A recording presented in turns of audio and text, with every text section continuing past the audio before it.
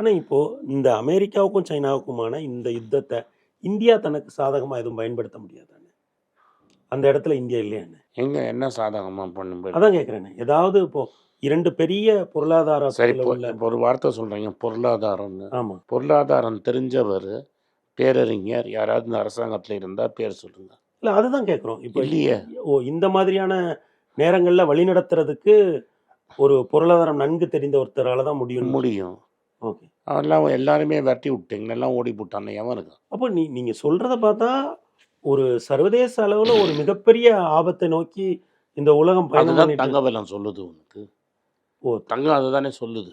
இந்த தங்கம் விலையுடைய உயர்வுக்கும் ஆமாம். இதற்கும் ஒரு நான் என்ன சொன்னேன் முதல்ல பேசும்போது, என் வாழ்க்கையில் ஒரு நாளைக்கு நான் 80 வயசு இருப்பேன், 80 வயசுக்குள்ளே ஒரு நாளைக்கு 10,000 போகும்னு. என்னோட 58வது வயசுலேயே அது 10,000க்கு வந்துருச்சு. போன 3 வருஷத்தில் அது அப்படியே பயங்கரமாக 2 வருஷம், அதுவும் ட்ரம்ப் ஜெயிச்சதுலேருந்து அது அப்படியே எகிரி எங்கேயோ போயிடுச்சு.